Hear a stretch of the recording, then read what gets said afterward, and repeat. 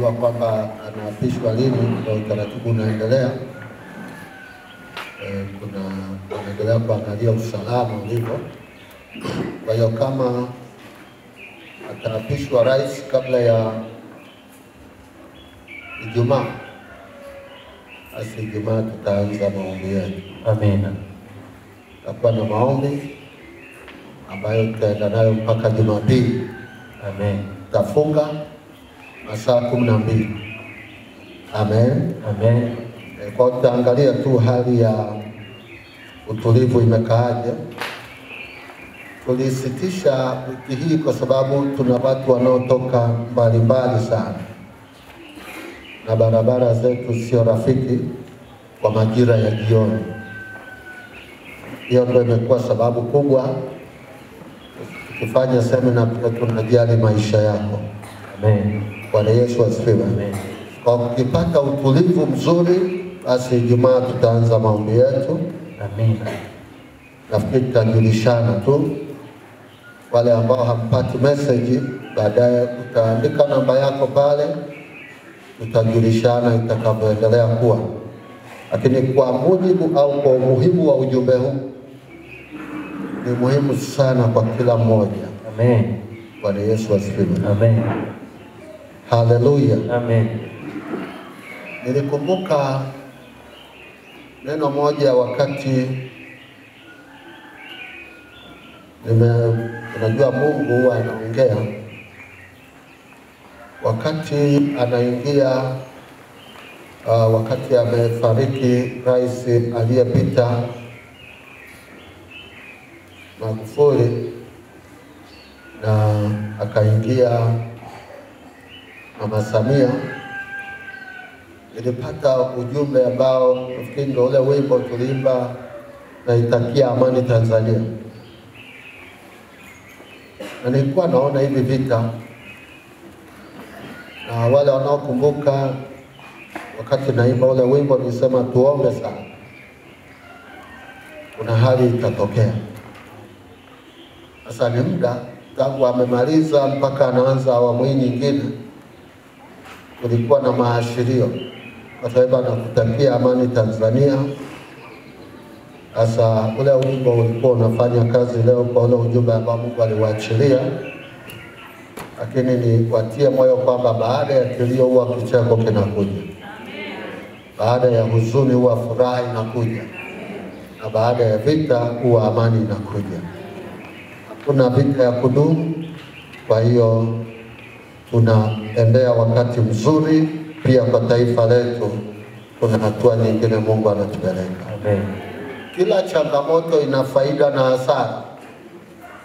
Kwa hiyo ukiona hasara, kuna wakati changamoto haiwi tu kwamba ni hasara, kuna faida. Amen. Kuna wakati mmoja tukini mwe kusema hiki,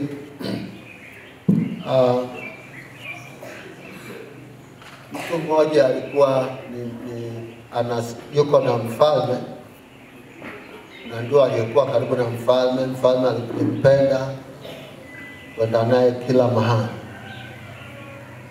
Sasa wakati wanatembea, siku moja wakakutana na hao, si wanaita maumau, si kina nani hao, na wakawashambulia. Kukawa na mashambulizi na mwisho ile mfalme wake alikatwa kidole. Na huyu ndugu alikuwa kila mara anasema Mungu ni mwema, Mungu ni mwema. Kila wakati Mungu ni mwema. Waliporudi nyumbani, mfalme akamwambia, wewe ni muongo. Unasema kila mara Mungu ni mwema. Leo tumeenda, kwa nini Mungu wako ameshindwa kutulinda mpaka tumeshambuliwa na nimekatwa kidole? Ila bwana akamwambia, bado Mungu ni mwema, hata kama kidole kimekatwa, bado Mungu ni mwema. Ila bwana mfalme akamwambia, sasa wewe ni muongo, na kwa sababu wewe unaonyesha Mungu wako hayupo, ni dhaifu, akamweka ndani, akamfunga. Sasa mfalme akaja akatoka mwenyewe, maana yule alishamfunga. Alipopita wakamvamia tena, na pale walifanikiwa kumshika, wakamfunga mikono na miguu ili wakamtoe kafara kwenye miungu yao. Sasa walipokuja kucheki kwa makini, wakagundua hana kidole, na kwa sababu hiyo hawezi kutoa sadaka kilema. Kwa hiyo akapona kwenye hili. Aliporudi nyumbani akasema, akamfuata yule kijana gerezani, akamwambia, Mungu wako ni mwema, kwa sababu leo na mimi nimeenda mwenyewe, nimeenda wameninasa, wakanilaza kabisa kwa niue, lakini Mungu wako ni mwema, walipoona kidole changu hakipo, basi hawakuniua. Lakini akamuuliza, hebu tuamizane, kama Mungu wako pia ni mwema, kwa nini aliruhusu mimi nikuweke gerezani? Akamwambia, Mungu ni mwema kwa sababu usingeniweka gerezani, ningeenda na wewe, mimi vidole vyangu viko vyote wangenitoa mimi badala yako. Kwa hiyo Mungu ni mwema, nilitakiwa niwe gerezani ili na mimi nisije nikatolewa nini? Kafara. Hizi zote ni changamoto, lakini ndani ya changamoto zote Mungu ni mwema. Amen. Yuko gerezani kwa sababu ameepushwa na mauti. Bwana Yesu asifiwe. Amen. Na huyu naye aliyekatwa kidole, kumbe ilikuwa kwa sababu ya kwamba kwa ajili ya kidole Mungu ni mwema, atamuokoa. Amina. Kwa hiyo hata sasa Mungu ni mwema. Amen. Haleluya. Amen. Haleluya. Amen. Baba, nakushukuru kwa ajili ya neno lako la wakati huu. Na waleta wanao mkononi mwako. Naomba neema na kibali. Karibu Roho Mtakatifu nijalie kusema inipasavyo katika jina la Yesu. Amen. Amen. Kichwa hiki cha habari cha ujumbe huu, kwa kuwa ni endelevu, kiandike ndicho kitakachoendelea kwenye semina yetu. Ninasikia ufunuo mpana sana kwa neno hili. Amina. Bwana Yesu asifiwe. Amen. Ujumbe unasema, andika, ilinde misingi yako ya mafanikio na kuitunza. Ilinde misingi yako ya mafanikio na kuitunza ili ushindi wako udumu. Andika. Kichwa cha habari kirefu kidogo, lakini hicho tutapita hapo kidogo leo, lakini wakati ujao tutatembea mahali na kuna nguvu ya Mungu itakuja kwa kanisa hili. Kuna matendo ya Mungu yatakuja kwa kanisa hili. Amina. Kuna utele unakuja. Amen. Bwana Yesu asifiwe. Amen. Ilinde misingi yako ya mafanikio na kuitunza ili ushindi wako udumu. Ilinde misingi yako ya mafanikio na kuitunza ili ushindi wako udumu. Wako watu wamepata mafanikio, lakini kwenye vyanzo vyao vya kufanikiwa hawakuvilinda. Okay. Ngoja niseme. Ukienda kwa wale wanaohifadhi kwenye maji haya chemichemi, wanakuambia zilinde zile chemichemi. Kwa sababu ndani ya chemichemi zile, usipozilinda yale maji yanapotea. Kwa linda chemichemi ili maji yaendelee kuwepo, maana maji ni uhai. Kwa maeneo mengi ya chemichemi wengine wamejiwekea kabisa. Kwa mfano, vyanzo vinavyotoa maji tunayotumia pana ulinzi. Nimetembea maeneo kama kule Waterfalls kule Sekei kwa juu, panalindwa na jeshi. Ulinzi kwenye maji. Ni vyanzo ambavyo kama mtu akileta uharibifu pale anauma Arusha. Haleluya. Amen. Yesu asifiwe. Amen. Yesu asifiwe. Amen. Linda hivyo vyanzo. Sasa tuje kwenye eneo hili la nimesema ilinde misingi yako ya mafanikio na kuitunza ili ushindi wako udumu. Sasa challenge iko hapa. Misingi yako ya mafanikio, kwenye mabano andika nguvu. Nguvu inatoka wapi? Kwa sababu kama huijui, kuna watu wameipoteza kwa sababu hawaijui. Je, hii misingi ya mafanikio au ya nguvu ya kuilinda ili niendelee kushinda ni ipi? Ni ipi? Kila mtu anaweza akajaribu kujibu anavyoweza.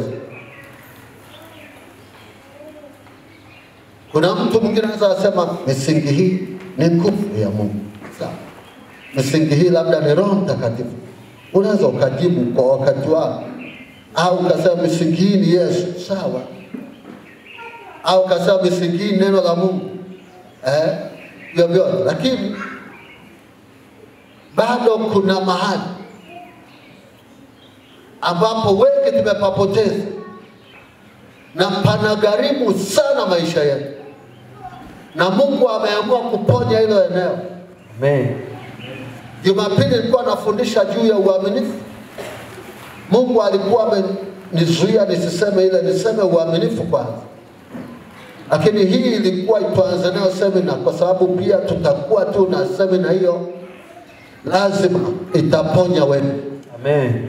Yesu asifiwe. Amen. Kuna wakati upati uponyaji kwa sababu hujalinda misingi yako ya huo uponyaji. Kuna wakati unatafuta kazi upati kwa sababu hujalinda misingi yako ya kupata kazi. Ama unaweza ukashangaa kazi yako unayo imepotea ghafla. Biashara yako imeharibika ghafla. Kuna watu wana kazi lakini kazi hazidumu. Kuna watu wana biashara lakini biashara zao hazidumu. Kuna watu wana afya lakini hawadumu duniani. Kuna watu wana vizazi ambavyo havitakaza, vitaondoka. Kwa nini? Kwa sababu hawailindi misingi yao. Kulitokea tu tetezi hapa kwamba maji ya Arusha yamewekwa sumu, na kuambia watu walijihadi. Watu walipata taharuki kubwa. Lakini nimefuatilia kule kwenye maji kuna ulinzi. Haleluya. Amen. Wala msiofu, yani ulinzi ya uondokaji kwenye vyanzo vya maji. Upo. Amen. Bwana Yesu asifiwe. Amen. Haleluya. Amen. Sasa kumbe yale maji yakiguswa wote tumeenda, maana tunaogea, tunakunywa, tunafanyaje. Sasa kuna mahali ambapo usipopaangalia vizuri, usipopatunza vizuri, hali yako ni mbaya. Arudia tena. Ujumbe unasemaje? Kichwa cha habari unasemaje? Ijue, ilinde.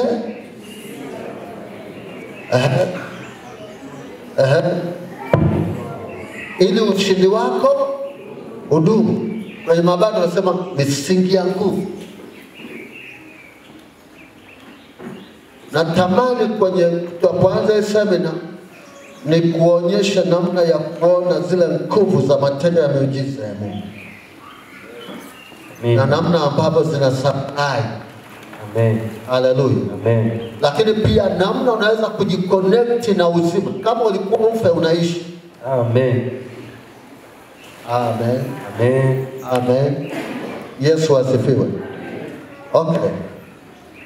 Muulize mwenzako, hivi hii misingi yetu ni nini? Misingi yetu ni nini? Anasemaje? Anaijua?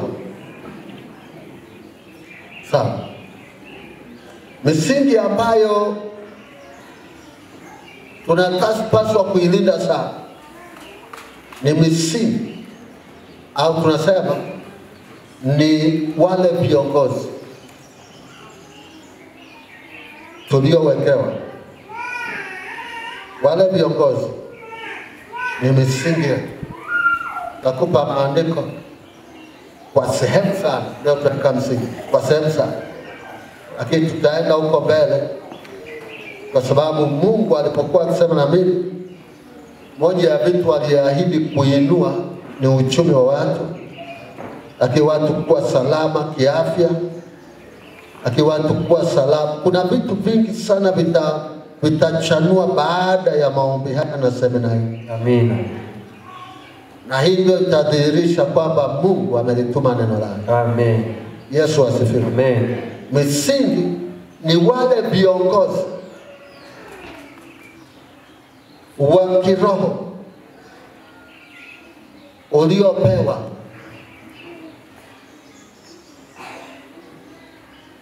wa kuongoza au wa kuchunga. Hiyo ndio misingi. Kama ulikuwa huijui, ujue leo. Amina. Na kwa sababu naweka msingi, nitafundisha kwa taratibu, kwa vipengele uelewe. Na nimekuambia huu ni mwanzo tu, tunaweka msingi. Amina. Bwana Yesu asifiwe. Amen. Haleluya. Amen. Okay. Kitabu kile cha Efeso. Kitabu kile cha Efeso. Kitabu cha Efeso.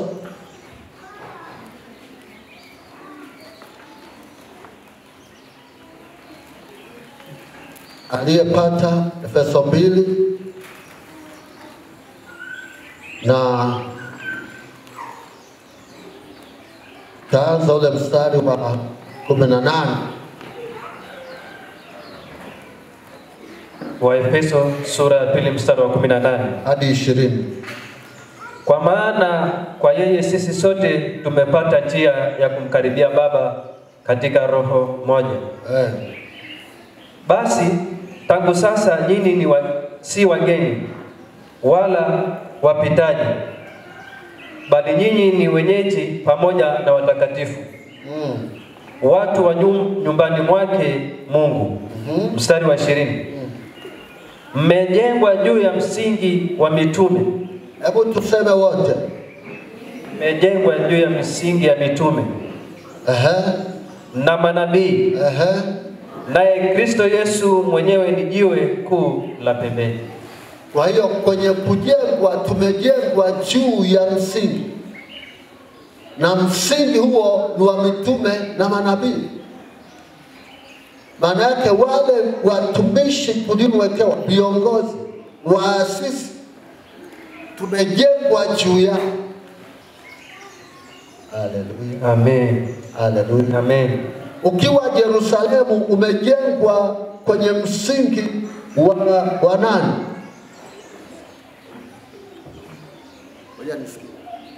Ukiwa Yerusalemu umejengwa kwenye msingi upi? Hebu sikia kwa sauti. Ni huko tu wamejua. Useme kwa sauti. Ni mmoja tu kule nyuma nimemsikia. Mwingine wa pili, Askofu Shirima. Haleluya. Amen. Haleluya. Amen. Hakuna nyumba yoyote inayostawi, inayoenda vizuri, ambayo haiko kwenye msingi. Kwa hiyo msingi ambao unapaswa ulinde, lazima ulinde yule kiongozi uliyepewa. Amina. Umtunze yule kiongozi uliyepewa. Tuwaheshimu sana watumishi wa Mungu. Amen. Naelewa nachosema? Naelewa nachosema? Amen. Haleluya. Haleluya. Yesu asifiwe. Yesu asifiwe.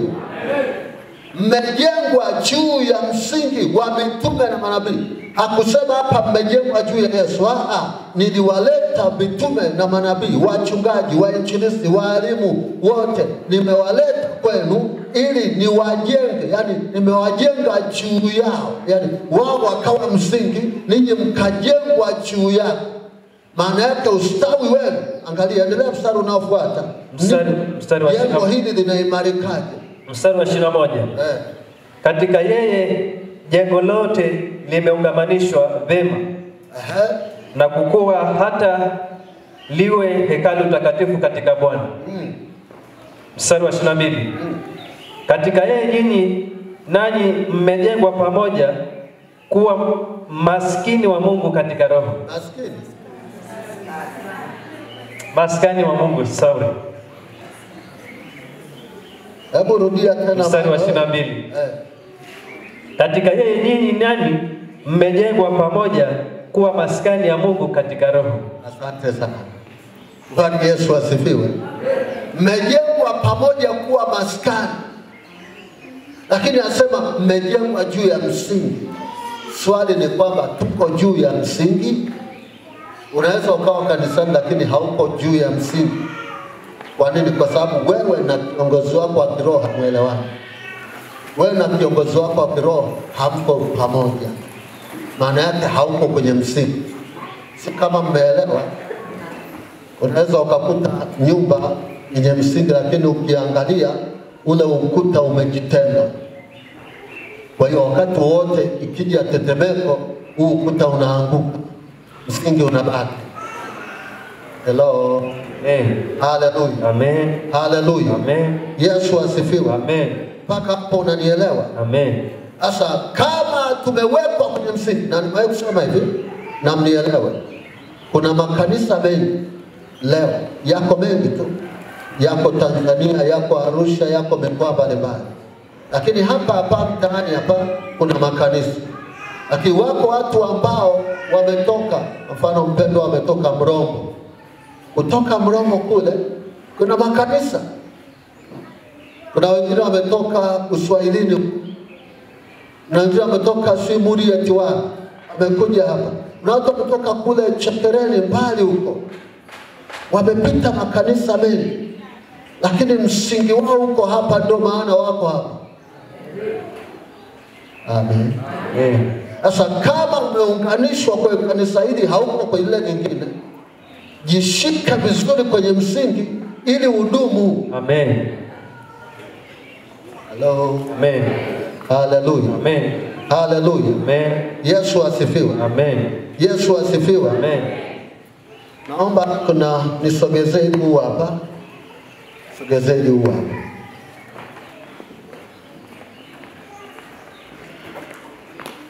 Andika jambo hili litakusaidia. Andika hivi. Watumishi wa Mungu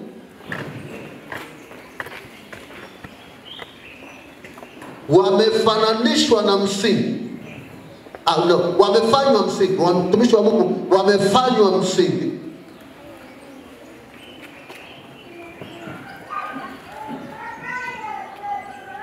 Na wale waumini wao wajengwe kupitia huo msingi. Hilo la kwanza.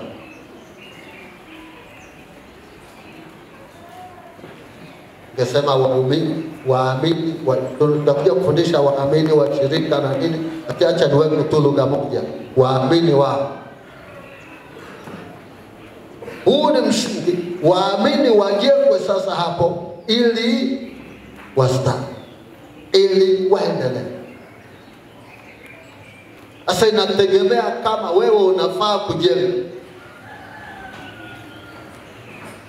Kuna watu wataharibika sana, na sikiliza vizuri. Tofali lilojenga ule ujenzi wetu pale ni mkubwa sana kudurika. Lakini tofali lilo hapa chini, nimeona hata juzi wa mama walipika hapo, wakachukua tofali zilizokuwa hapa chini, wameenda huko nyingine katika na hivyo, kwa sababu hazijajengwa. Kuna watu wamefananishwa na ukuta na tofali ambayo haijajengwa. Mweze mwenzako, umejengwa kweli? Okay, namba 2. Mtumishi wa Mungu, kiongozi, amefananishwa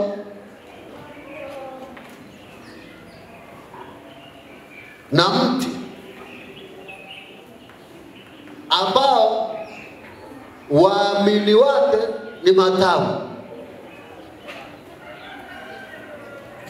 Yesu asifiwe. Amen. Andika, viongozi wamefananishwa na mti ambao waamini wake ni matawi. Sasa wewe ndio hili tawi. Wewe ni tawi. Mimi ndio hili shina hili. Kwa hiyo wewe ni tawi. Sasa naomba tuulizane, hii elimu haihitaji hata umesoma sana. Hata kama hujaingia darasani utaijua. Hili tawi limestawi, si ndio? Ndio. Limestawi kijani kizuri. Nimeshalitoa hapa kwenye shina. Alafu nimelitupa. Hili tawi litaendelea kuwa bichi. Nimelitoa tayari, hili tawi pengine limezaa lina matunda. Tuseme hili ni parachichi, limeelemewa matunda. Ni chungwa, limeelemewa matunda, au ni embe. Basi nikasema mimi nimeshafanikiwa bwana. Hili shina halina haja na mimi. Nikajing'oa na maembe yake. Maembe utakayokula ni yale uliyotoka nayo. Baada ya hapo unakuwa makapi na unachoma moto. Wangapi wananielewa? Amen. Nanielewa vizuri? Amen. Sasa sikia. Ili uendelee kufanikiwa, ikiwa unafanikiwa hapa, endelea kujishika hapa. Amen.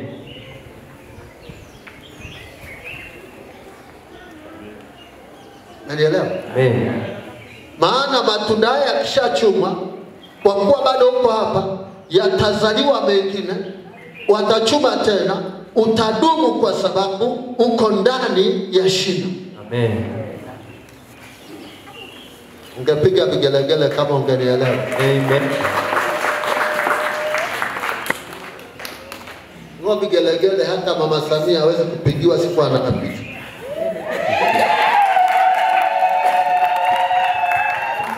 Yesu asifiwe. Umeelewa ninachosema? Amen. Kosa la washirika wengi. Kosa la washirika wengi. Mnaenda pamoja.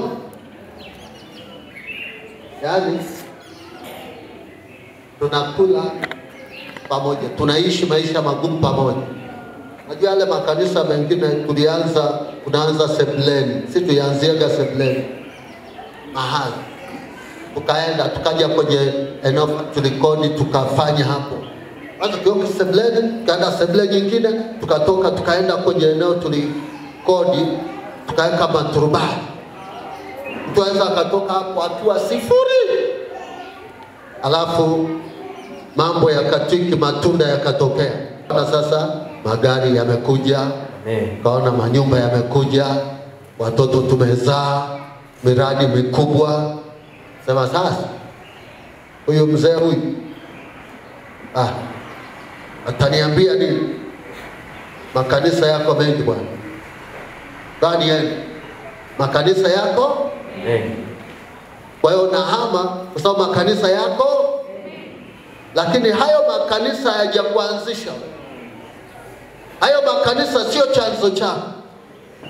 Hayo makanisa sio ustawi wako. Narudia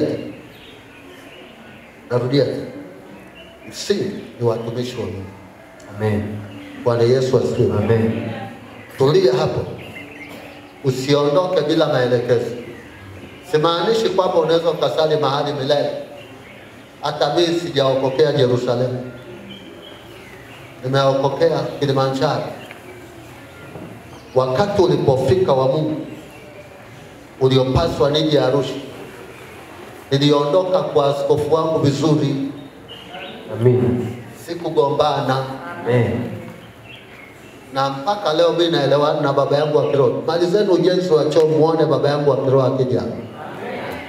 Haleluya.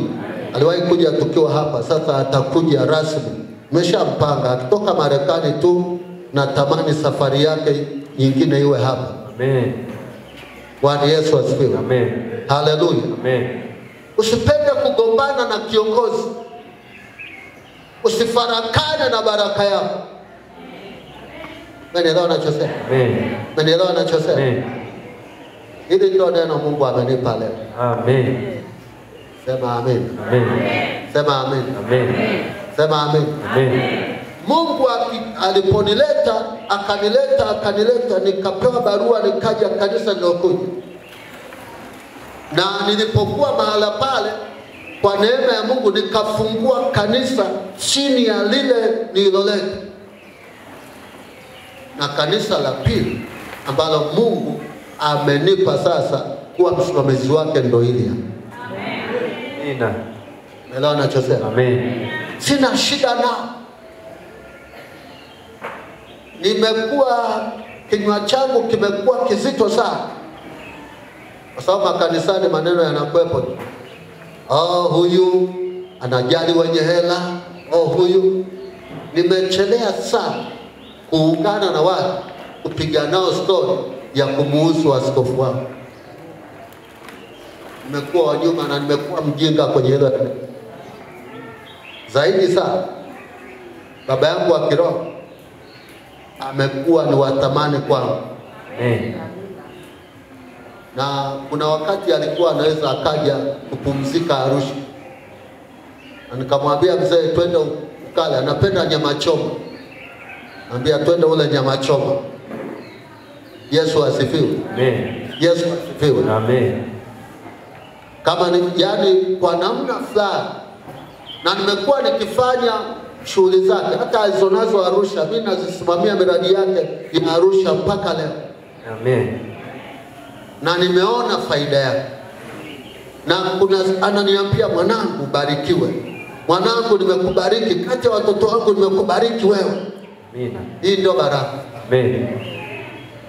Kwa sababu yule ndio msingi. Mimi sikumjua Mungu, sikuwahi kujua hata kusoma neno pasipo wazazi wa kiroho. Sasa Mungu anapokuunganisha, wengine linapita kama sindano. Wewe Mungu amekuleta, tuliza mshono kama wasemavyo Waswahili. Amina.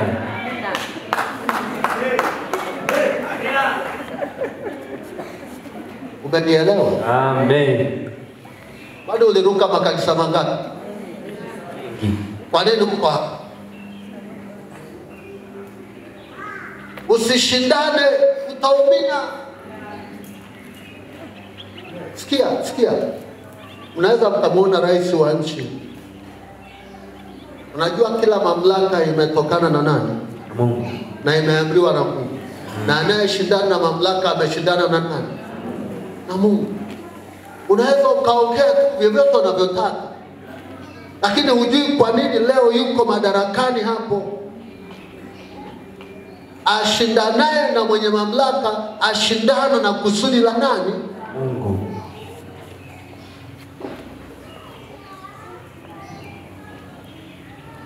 Wakati tulikuwa nasikia watu wanaongea askofu anafanya hivi na hivi na hivi, wakati wale mchungaji alikuwa askofu,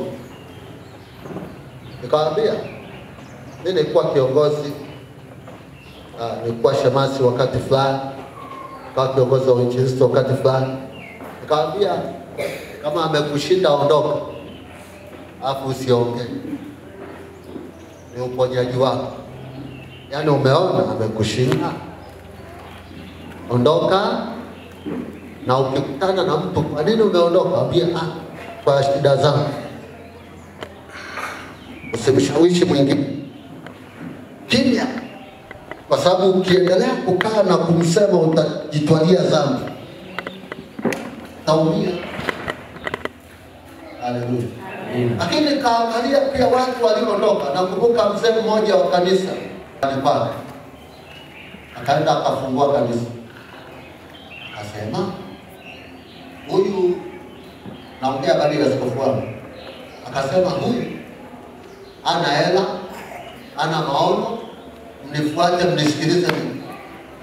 Akachukua watu karibia nusu, kwa sababu alikuwa na uwezo kama wa kuonga. Alipofika pale akajenga jengo kama la mabati kuzunguka, lakini akajenga jengo la block kubwa kuzunguka ile jengo, akaendelea na ujenzi. ukabaki kanisani empty. Lakini kwa sababu amejitoa kwenye shina vibaya, nini kimemtokea? Usiombe Mungu kutokea. Bwana Yesu asifiwe. Amen. Haleluya. Amen. Ukafika wakati akaanza kama anapata hali ya kuchanganyikiwa. Vijana wake wakamchukua wakampeleka Dar es Salaam. Akampeleka Dar es Salaam, hakupata nafuu. Akaenda kwenye hali fulani mpaka mwisho alikufa. Lakini kabla hajaenda mpaka achanganyikiwa na nini, watu walianza kurudi shinani wenyewe mmoja mmoja. Kwa hiyo wale kundi liloenda likamtia moyo, kajikuta tena limegawanyika, limerudi. Mwisho anachanganyikiwa, wote wakakimbia wakarudi walikotoka, wengine aibu za kurudi wakaingia walikoingia. Lakini kilichotokea sasa, lile jengo, ili ujue laana ni laana, wakamua bati moja, ile alisema alitasalia jiwe juu ya jiwe. Wakatoa bati moja moja, nguzo moja moja, hata yale matofali. Fikiri jengo limejengwa, wanamegua tofali moja moja, yani pale chini huwezi kujua paliwahi kuwa na alama ya jengo. Haleluya. Amen. Yajua hali yao ya familia yake imeenda, lakini pakaisha. Shida yake nini? Alishindwa kuelewa msingi. Na Mungu ameleta ujumbe huu kwa kanisa kwa wakati huu ili wengi wapone. Amen. Maandiko anasema pia wengine alitokea kwa wengine ili atufundishe na sisi, si tukaanguka mfano huo. Bwana Yesu asifiwe. Amen. Haleluya. Amen. Sasa tusema sana, iko mifano mingi na mingine pengine umeiona. Unataka kwa mfano kuwa mtumishi mkubwa, huwezi kuachana na mimi vibaya ukawa mtumishi mkubwa. Nuo. Yaani huwezi kuacha shina vibaya ukastawi. Haiko. Ni sawa tu na baba yako wa kimwili. Huwezi kugombana na baba yako wa kimwili mkafarakana, afu kaenda ukabarikiwa na fulani laana ya halali, huwezi kufanikiwa. Hello. Amen. Kama Mungu amekuweka juu ya msingi wa mitume, wa wachungaji, wa maaskofu, amekuweka juu ya huo msingi, alafu unajaribu kujitoa kwamba mimi najitoa, siwahitaji.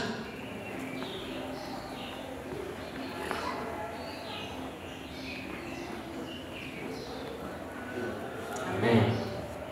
Namshukuru Mungu. Kila mahali nilipoenda ni pale nilipopaswa kwenda. Kama nilipata vita mwishoni, ile vita tu ya kihuduma, sio ugomvi wa kudharau mtu hapa. Nilipata vita ya kihuduma mpaka nije hapa, ni vita tu ile ya kihuduma. Hiyo hatuikatai kwamba wivu ule wa Sauli na Daudi upo, lakini sio kwa kugombana, sio kwa kujivunia vipawa nilivyonazo. Akishakuwa juu yake amepewa baraka zake. Nielewa vizuri. Sikia vizuri. Nyakati wa pili 20:20 anasema, Nyakati wa pili 20:20, mwaminini Bwana Mungu wenu ndipo mtakapodhibitika, waaminini manabii zake ndipo mtakapofanikiwa. Maana yake tunapopoteza imani na wale walezi wetu ambao Mungu ametupatia. Naweza ukaangalia Dokta amewasha gari kutoka Shams, makanisa mangapi yamepita na mazuri yako njiani, mengine kule jirani, kwani yuko kwa mpango. Bwana Yesu asifiwe. Amina. Yesu asifiwe. Amen. Lakini pia kwa sababu anaamini madhabahu, anaamini msingi uliopo, na Mungu amemleta kwa wakati, anajua wakati aliopita ambao ulikuwa mgumu. na ule wakati ndio Mungu alimleta rasmi na akamuokoa kwenye mambo makubwa. Ndio dokta. Haleluya. Akaokolewa kwenye mambo makubwa. Aya leo mambo yametiki, yamekaa vizuri. Asema yule afai Bwana, kwanza ni mdogo kwangu. Dokta ananiheshimu sana na ukubwa wake mkubwa. Amina. Lo. Amen. Sio miaka 20 huyu. Wengine mnaweza mkamuita babu hapa, sema tu walio ndani ya Yesu wazee. Amen. Hello. Amen. Hallelujah. Amen. Bado kidogo tu tunafanya birthday ya miaka 70, sio mbali. Amen. Amina. Sio mbali. Sasa wewe mtoto. Hello. Amen. Hallelujah. Amen. Ameheshimu. Na kwa sababu hiyo vitu vingi vimekuwa vinaenda. Tumefanya uongozi fulani ambao ulikuwa mgumu. Tuliomba hapa miezi kadhaa mpaka Mungu akatokeza. Mahali ambapo palikuwa ni pagumu sana. Lakini si hivyo tu, yako maeneo mengi. Ila shida sio kufanyika yale yaliyofanyika. Shida je, unaendelea kutunza vyanzo vya misingi yako? Hebu ungepende ndani yako. Muulize, unaendelea kutunza vyanzo vya misingi? Haya, umeingia hapa, umeombewa, umepata kazi. Alafu unasema, "Ni Bwana, hiyo sio ulikuwa una kazi, sasa hivi una hela. Sasa ngoja niende nakojua." Wengine unakuwa na jeuri na kiburi. Unakufa mtu wa Mungu. Utaenda mbali. Uende mbali. Mimi nawajua watu. Nenda pia ni vizuri ukajifunze kwa walioshindwa, uone walipokwama ili kwa usipite hiyo njia. Ukae kwenye njia nzuri. Ukiona watu wamepigika mahali na kwa sababu fulani, usijaribu na wewe kwenda kukanyaga moto. Yaani leo ningekuwa nisema ukanikiwe mjini ungesema amen. Yesu asifiwe. Amen. Yesu asifiwe. Amen. Wangapi wanapona kwenye hili? Amen. Napona kwenye hili. Amen. Bwana Yesu asifiwe. Amen. Kwa hiyo hebu heshimu ndicho Mungu alichotuambia, elimu hiyo msingi. Na uitunze ili mafanikio, ushindi wako, nguvu zako zidumu. Amen. Kuna watu wanautajiri lakini si wa kudumu. Kuna watu wana kazi lakini sio za kudumu. Hebu jiulize kwa nini Mungu ameweka utaratibu kwamba ukipata mshahara wa kwanza mpelekee mchungaji wako. Hebu jiulize. Mbele. Faida yako ya kwanza mbele. Epuko simsiki wa kazi yako. Amen. Simsiki wa mifugo yako. Amen. Lakini Mungu aliweka utaratibu. Sasa tena anasema Malaki ile Mithali 3:9, mheshimu Bwana kwa mali yako na malimbuko ya mazao yako yote, ndipo ghala zako zitakapojazwa na mashinikizo yako yatafurika. Sasa unachukua limbuko unapeleka, yani usile wewe kwanza. Nasikia dokta wakati anaongoza maombi hapa alikuwa anasema mzee ale kidari kwanza. Ndio. Alafu wengine ndio wagusi. Ukienda kwa kabila fulani sikalisema, yanitaja jina. Wakati wanaandaa chakula, ile sufuria inapelekwa kwa baba. Baba ale kwanza ashibe kilichobaki. Sijataja mtu. Nina. Kilichobaki ndio mnakula. Wakati wanafahamu ile kabila. Asante mnawafahamu. Wala wasiojua waacheni hivyo hivyo. Bwana Yesu asifiwe. Amina. Baba kwanza. Alafu nilipokuwa nyumbani kwangu nikaambiwa ukitaka kufanikiwa, kazi ya kwanza ukipata alitiwa kabisa, uchukue sehemu ya mshahara wako, ununue kibeberu, wazee wana upe babu ili mambo yako yaende. kufuatilia. Mbona kwa Mungu vitu hivi vitakuwa kwa Mungu? Wapendwa, nanielewa? Nanielewa? Mefananishwa na mzabibu. Fungua kitabu kile cha Yohana 15 mstari wa kwanza. Leo sitaenda sana. Yohana 15 mstari wa kwanza, nisome. Nimeongea habari ya msingi, sasa nije kwenye mzabibu huko.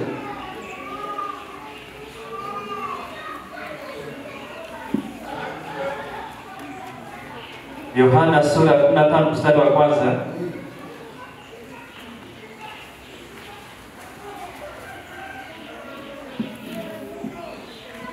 Na watu naona na shida ya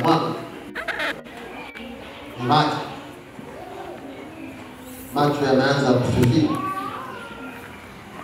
Macho yenu yatafunguliwa. Ndio. Pema. Mimi ndimi mzabibu wa kweli. Huyu ni kiongozi. Mkulima. Na Baba ndiye mkulima. Kwa Yesu ni mzabibu anaongea hapa. Na Baba ndiye, kwa Yesu ndiye kiongozi hapa. Na kuonyesha kiongozi wetu wa kiroho huyu Yesu anasema mimi ni mzabibu. Na Baba yangu endelea.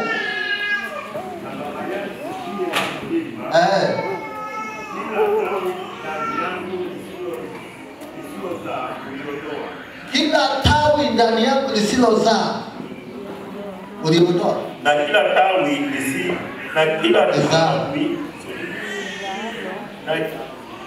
kila tawi lizaalo ulisafisha ili lizidi kuzaa. Endelea. Ninyi mmekwisha kuwa safi kwa sababu ya lile neno nililowaambia. Ndio.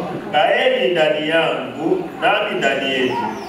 Kama vile tawi lisivyoweza kuzaa peke yake lisipokaa ndani ya mzabibu, kadhalika nanyi msipokaa ndani yangu. Asante. Tawi haliwezi kuzaa peke yake. Nasema ukilimua hapo ukaliweka pembeni, alizaa. Na mimi natoa maelekezo. Naongea kama mtumishi wa Mungu. Naongea kama mtumishi wa Mungu. Kama kuja kwako hapa, unaingia hapa ukiwa umegombana na mchungaji wako, bora kama uliondoka hivi. Ila kama umekuja hapa ukiwa umegombana na ukasema kuna makanisa mengi mimi naenda, rudi kapatana.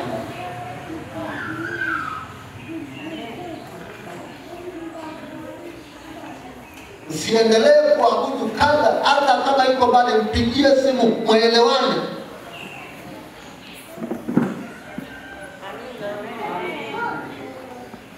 Hello? Amen. Yesu asifiwe. Amen. Si watu wa kuinukia. Mwambie baba nilikukosea. Saa nyingine kuna mtu aligawa na kanisa akakimbia. Ameweka uadui. Amemfanya yule baba amelia kwa sababu ya maumivu uliyomwachia.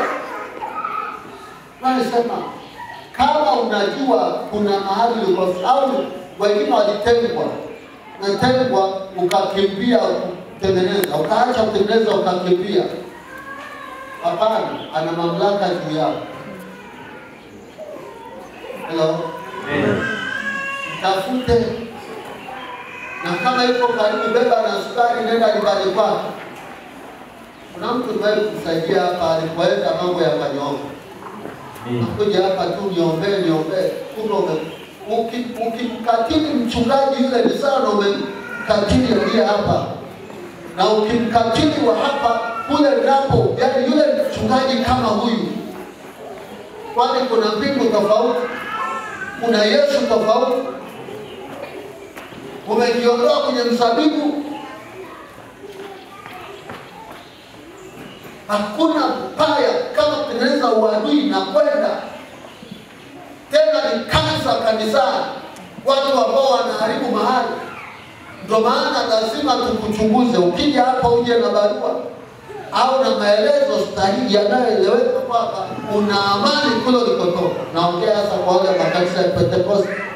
Wengine walikuja tu kuokoka, hamna shida.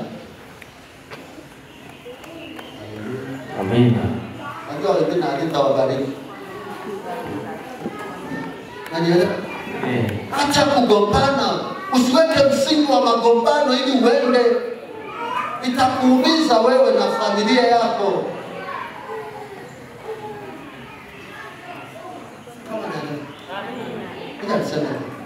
Nilienda pale Ugweno, nilipata Ugweno huko. Nikaenda kwenye shamba ambalo halilimwi kabisa. Kaa tu ya nini? Kauliza kuna nini? Wakasema hapa mahali kuna wamishonari walikuja, walikuwa wanauliwa. Na sasa familia zilizoongoza mambo ya mauaji, nyumba zao zimebaki katika hali ngumu. Watoto ndio watabangi na hivyo watabaki. Lakini wakanionyesha habari njema ni kwamba kuna makanisa, niambia makanisa haya ndio makanisa ni ya ukoo mmoja. Ukoo kwa maana ya kwamba labda ukoo huu wa Shirima mfano.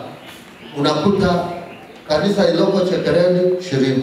Kanisa iloko kule Mchilo Shirima. Yaani makanisa yaliyozunguka yote. Kaambia kwa nini? Akasema wao waliwapokea wamishonari. Wao wakatembea na wale wamishonari kuwalinda wasidhurike. Kwa sababu hiyo, sababu ya huduma ya ile huduma waliokuwa wanafanya kabaki kwenye ule ukoo. Lakini wengine mashamba yao wamebaki ukiwa. Wangejua misingi yao ni watumishi wa Mungu, wangeheshimu, wasinge waua.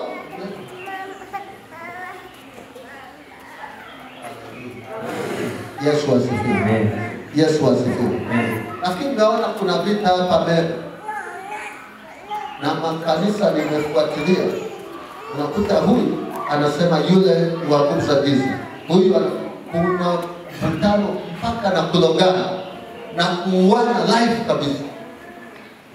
Hivi karibuni nafikiri wakati askofu mmoja ameshikwa amewekwa Central, ameua ndugu. Ni askofu kabisa. Ni nini kipo? Wamishonari waliuliwa sana hapo. Na hakuna watu walioweza kusimama kuondoa ile laana ya damu ya watumishi. Ile laana ya damu ya watumishi inafuatilia.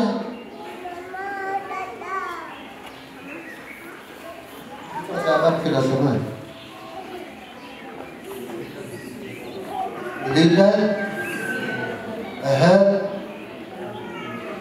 Ili utumishi wako udumu. Unataka kazi yako idumu, shikamana na ulikopatia kazi. Amina. Unataka utajiri wako udumu, shikamana na ulikopatia. Amen. Hebu ngoja nikwambie hivi. Hebu sema kwa mfano umepata gari hili Yerusalemu. Sijashikamana na Yerusalemu. Ukakutana na maandamano wakalichoma moto. Kosa la nani? Magari yamechomwa mapya. Hata hapa mwisho kwa maskara mnakuta gari imechomwa hapo. Siwezi sema yule aligombana na wachungaji ila simjui. Ningemhoji. Yamkini aligombana na aliyesababisha apate. Matume zako kwa makini. Bwana Yesu asifiwe. Na wakati funga kinywa chako. Amina. Funga kinywa. Tumekuwa wauaji. Kwa Biblia inasema kwa kinywa tunaua, waua kwa vinywa. Uovu usiozuilika ni kinywa. Ukiweza mtu anaweza kuzuia kinywa chake ni shujaa. Usikute, nimesema hivi. Mchungaji yeyote ni mchungaji kama mimi. Ukimkuta nabii pale nabii ni kama mimi. Ukikutana na mtume yote, sikia, ukikuta watu wanasema si yule kafanyaje, anakuhusu.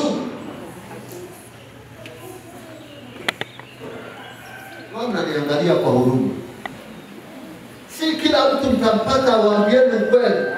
Amen. Yesu asifiwe. Amen. Yesu asifiwe. Amen.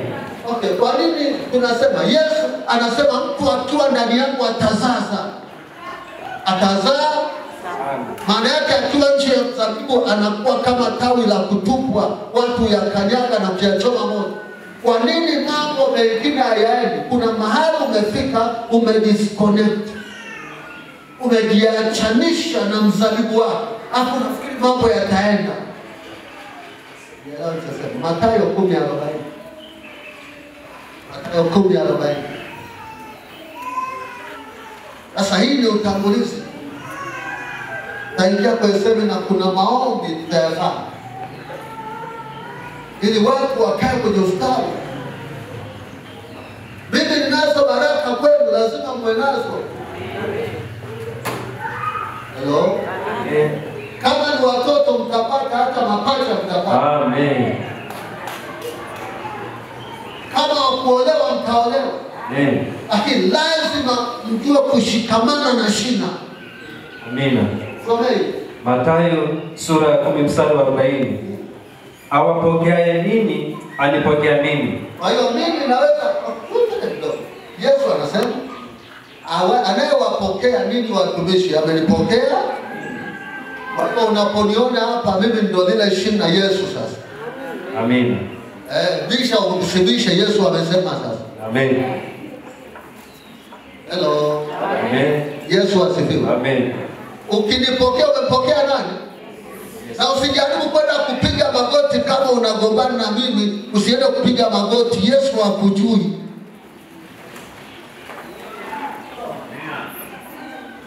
Naye alipokea mimi, ampokea yeye aliyenituma.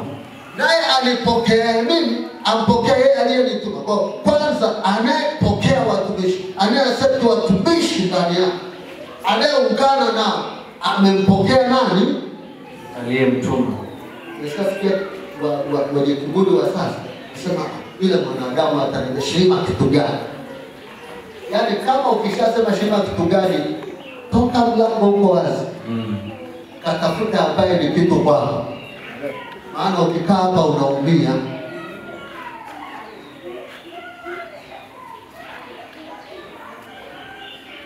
Shida ni kafu. Amina. Yesu asifiwe. Amen. Yesu asifiwe. Amen. Kama upendezwi unakuja kufanya nini? Hebu wenzako unakuja kanisa kama upendezwi. Yaani ukae tu, yule unajua alikuwa amevaa ile suti, haikumpendeza, alikuwa amefuga ndevu za kwako.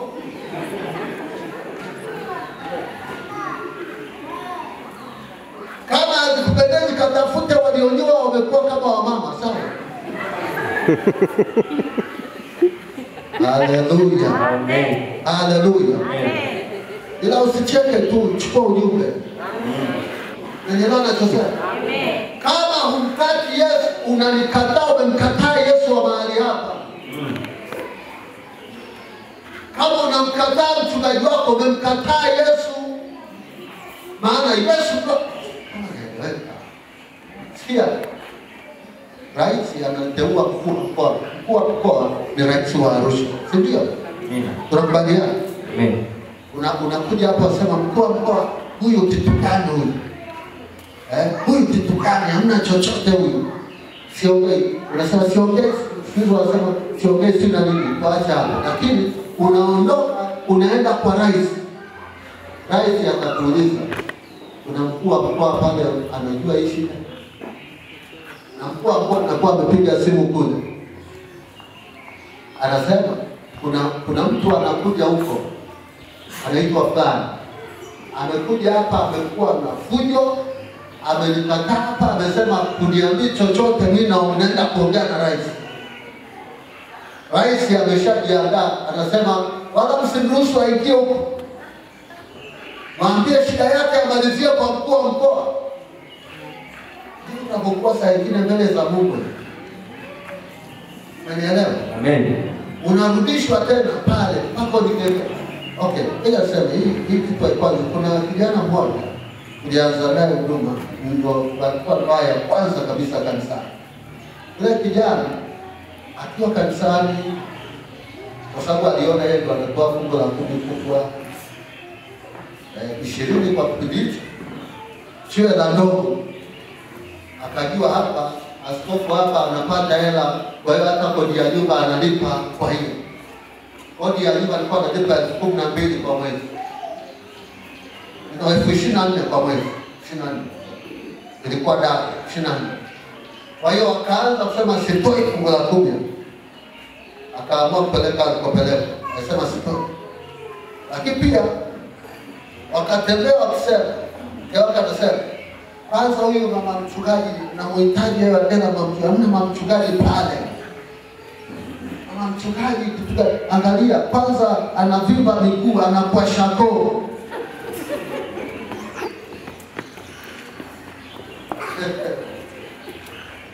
Haleluya. Anakuwa shako huyo. Sasa aliongea na dada mama mmoja ambaye ni Katoliki. Akamwambia sasa kama anakuwa shako sisi sio ndio utakuwa mumlishe. Akamchukia yule mama. Sasa kaenda kufunga ile ndoa, wachungaji hatunaga vinyongo. Kafunga ile ndoa, amepata ujauzito, yeye akuvimba miguu alivimba mwili. Kama ni kwa shako ya kwangu 20%, ya pake ilikuwa 100%. Na yule ile aliambiwa kama na wewe umeona umeshaipata mwenzangu. Lakini wakaendelea na ile chokochoko kwa sababu hawakutumia ile dhambi. Siku ilipofika wakaja wakahama na kanisa. Wakaenda tena wakatengeneza uadui, kuongea vibaya, wakaungana na adui zetu, wakakupiga kweli. Sasa Mungu siongee. Mungu utajua wewe. Baada ya muda anatafuta mtoto wa pili, hakupata. Anaenda anapima, anaambiwa kila kitu kiko sawa, lakini hakuna mtoto. Wakiwa wanafanya kazi mara kule, wakatule yule ndio wanaondoka. Wameuziwa vitu makapeti ampeleka, mara ameshikwa na polisi, ile na wizi ipo hapo risiti. Aliyekuuzia alishahama nchi. Utasemaje? Sio tu amewekwa polisi na pesa analipa kusadikiwa kama ni mwizi, na kapeti imeshikwa ikioshwa huku na huko hiyo ndani kwa kao shulani. Wakapita ajekuta polisi, mambo yakawa magumu. Wafika mahali waona mke wake anaanza kuchungulia kanisa. Anakuja anaingia kama mwizi, anatoka mbele mume wake, twende bwana, kaambia tangulia wewe kwanza. Bwana Yesu asifiwe. Alipokuja tuko kwenye jengo, alipokuja akaingia, hakuna mtu alimsemesha. Akakuta sehemu ya maombi inaendelea kama hivyo tangaza, hakuna mtu alimsemesha. Kisha asipaka kupigia bwana mmoja hapa akamwambia, hebu muulize mkaji hivi na msiwa kukuja. Na mimi kaambia mwambie, kwani alipokuja kuna mtu alimuuliza kwa nini umekuja? Kama ameamua kurudi aje tu. Amekaa miaka kadha hapo hajapata mtoto. Alipojiingia baada ya muda alipata mtoto. Yesu asifiwe. Akaja akasema kwa kweli nimejua kusudi Mungu akikuunganisha mahali. Nilikuwa nimekosa mtoto kabisa. Nimekuja hapa hata sikusema, baada ya kuomba tu msamaha na nini. Sasa mambo mtoto amekuwa. Wakaja hata kazi nyingine alikosa kazi mpaka alipokuja hapa kuleta barua nikaitamkia. Huwezi kuacha shina. Hakuna hata kutafuta mchawi si nani kandogo. Hakuna cha jirani kuloga, umejiloga mwenyewe. Walionielewa sema amen. Amen. Wanaonipenda sema amen. Amen. Haleluya. Amen. Haleluya. Amen. Kidogo kikesha wabebe zako koma na mdogo. Waja ni wakieni. Andika sema hivi. Wakumbukeni wale waliowaongoza, waliowaambia neno la Mungu. Anasema tena mkiwafuata sana mwenendo wao, ingeni imani yao. Kwenye Tesalonika anasema mwakumbuke mwastahi ili wasije wakaumia kwa ajili yenu, maana isije wafaa. Haleluya. Naomba niseme mambo matatu na ingine tutakutana kwenye sehemu. naomba niseme mambo matatu na ingine tutakutana kwenye semina. Amina. Ana muda ni kama unazunguka. Kwa hiyo umeshaelewa habari ya mzabibu ule? Amina. Tawi halizai peke yake bila mzabibu. Kwa hiyo Yesu hayupo, lakini watumishi wake ndio Yesu waliopo duniani. Amina. Na watumishi hawa lazima ukubali kuwa tawi. Na tawi lazima liheshimu shina. Okay. Na tende japo andika. Hiyo tutaieleza, tutakutana nayo kwa maombi, lakini andika moja ya laana inayopiga dunia. Moja ya laana inayopiga dunia ni pamoja na mioyo ya baba kufarakana na watoto wao. Moja laana inayopiga dunia ni pamoja na mioyo ya baba. Unapopata uongozi wa kiroho uheshimu. Amina.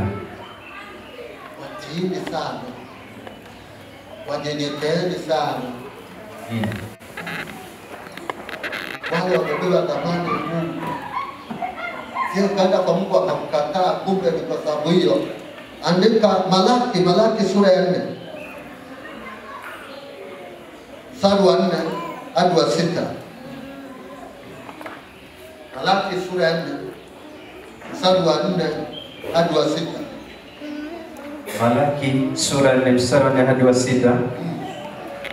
Ikumbukeni torati ya Musa. Ndio. Mtumishi wangu nilimwamuru huku Herode kwa ajili ya Israeli wote, na amri na hukumu. Mstari wa 5. Angalieni, nitawapelekea Elia nabii kabla haijaja siku ile ya Bwana iliyo kuu na ya kugofya. Mstari wa 6. Naye ataigeuza mioyo ya baba iwaelekee watoto wao. Mioyo ya baba iwaelekee nani? Watoto wao. Na mioyo ya watoto iwaelekee baba zao. Na mioyo ya watoto iwaelekee baba zao.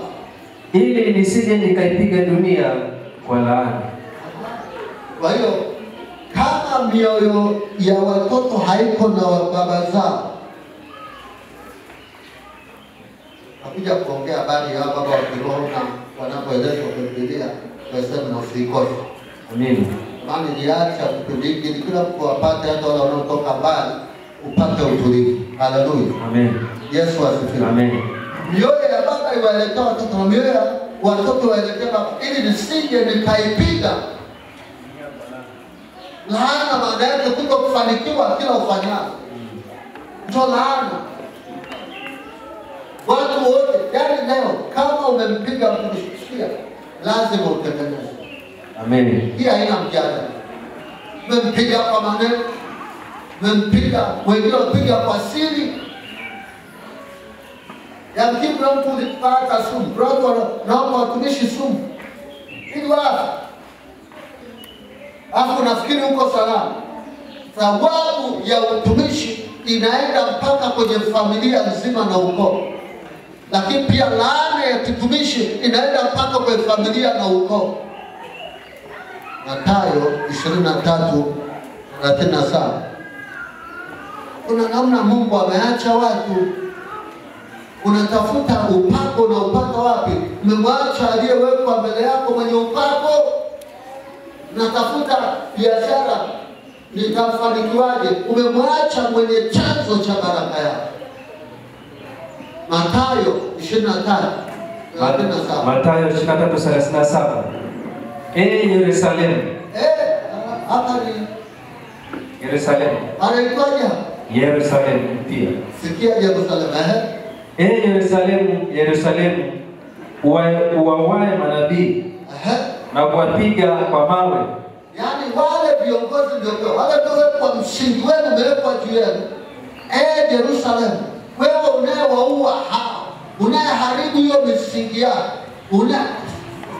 yaani huu ukuta unasema ngoja unaupiga msingi wa chini. Alafu ukuta unasimama. Mmoja wenzako, wewe ndio ukuta mjinga au ndio ukuta mwerevu?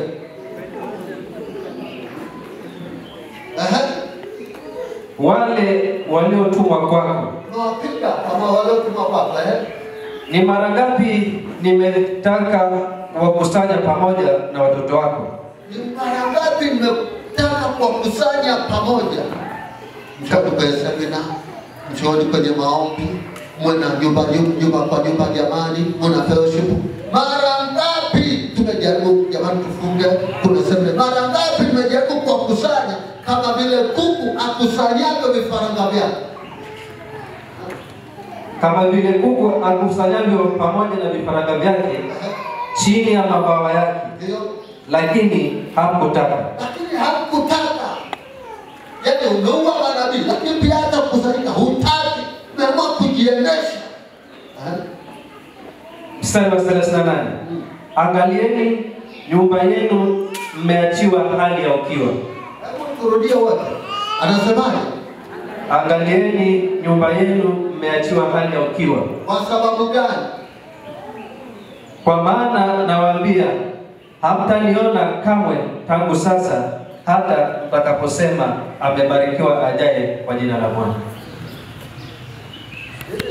Hivi unaelewa? Au kupeleka chekechea, unaelewa? Ulioua manabii, uliowapiga kwa wale waliotumwa kwako kusaidia, anasema nyumba yenu imeachwa ukiwa. Sasa kuna ukiwa huko kwenye nyumba yenu.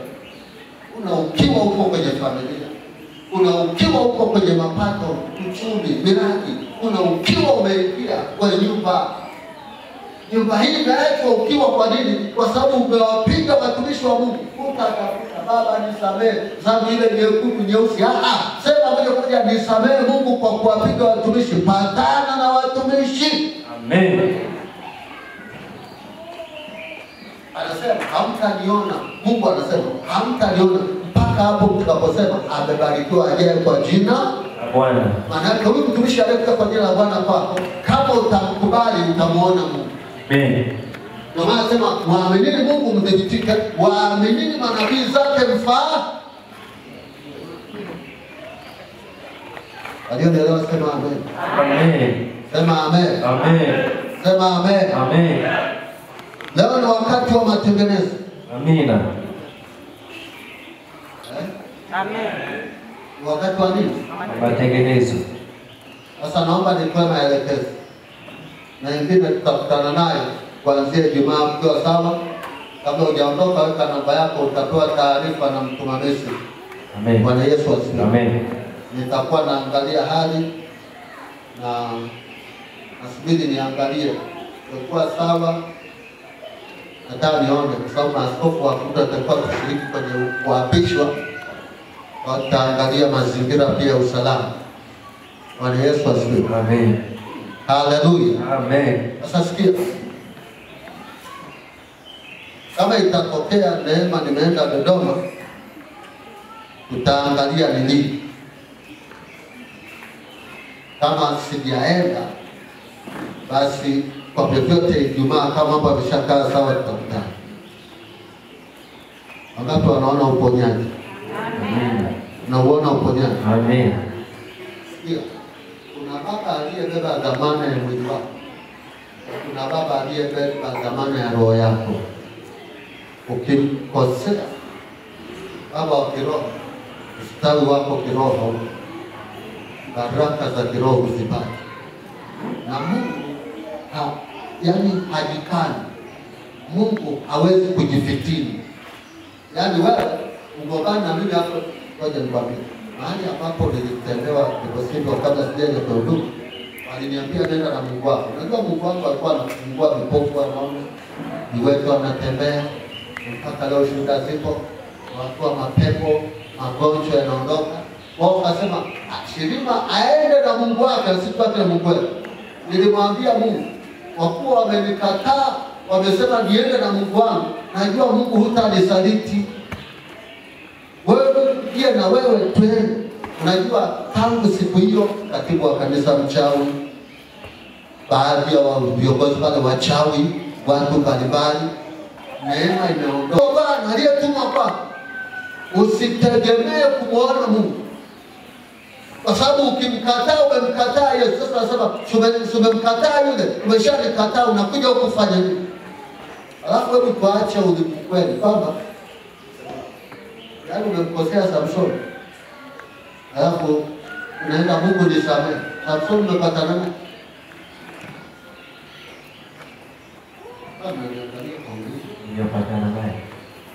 Patana na nani? Samson. Hapo ndipo. Sasa hapo kwenye matengenezo sasa, kwenda kusema askofu kwa kweli juzi nikaa kikao na kusema nisamehe. Hiyo. Baba nisamehe, nasema watumishi wako na unamuona pale. Mama familia. Amen. Za kwanza ili uendelee kukaa. Hello. Simu sizipo pia. Ndio. Tengeneza. Tena andaa dhabihu, weka kwenye, kama ni simu iko mbali, weka kwenye simu. Iombee kabisa, hii ni ya upatanisho, kujipatanisha. Tengeneza na baba yako. Ili ukikaa hapo upate hizi baraka. Na usiwe kansa kabisa. Lakini kama umekosana na madhabahu na yote aliyakuwa ni kiongozi, mwache alivyo. Usimnyoshe. Takia kuna vitu vingi hapa tutavitamka hapo. Wakati ujao tutakuwa tutakuonyesha nguvu ya matamko kwa kiongozi aliye juu. Kuna somo hilo. Na sehemu hiyo. Nafasi ya mamlaka aliyopewa. Vitu Mungu ameweka vipo. Sina muda wa kueleza kila kitu. Kuna wakati mwingine ndio maana tutaangalia pia kwa nini hata anaweza kuambia hilo neno ulosoma bila sio kuambia nenda akasome hili neno ukapona, na ulikuwa wewe ukisoma wenyewe upone. Kuna nini ndani yako? Hilo utajifunza kwenye sema. Hebu inua mikono yako juu. Sema Bwana Yesu. Hili neno sio la mtu mwingine. Hili ni neno langu. Wakati mwingine nimekuwa wa kwanza kuua watumishi wako uliowaweka kwa ajili ya kuniokoa mimi. Badala ya kuwatia moyo, kuwastahi, nimeingia kwenye kuwapiga. Nimeingia kuungana na shetani kuwapiga. Nisamehe Yesu. Nitakase Yesu. Nisafishe Yesu. Nioshe mimi. Leo nimeamua nitatengeneza nao, lakini pia ninatengeneza na wewe uliyewatuma. Bwana, sikia maombi yangu kutoka ndani ya moyo wangu. Sitafungua kinywa changu kumsema mtumishi yeyote, hata nisikia anafanya nini. Popote sitaungana, maana sijui uliyemwita ni wewe, na sijapewa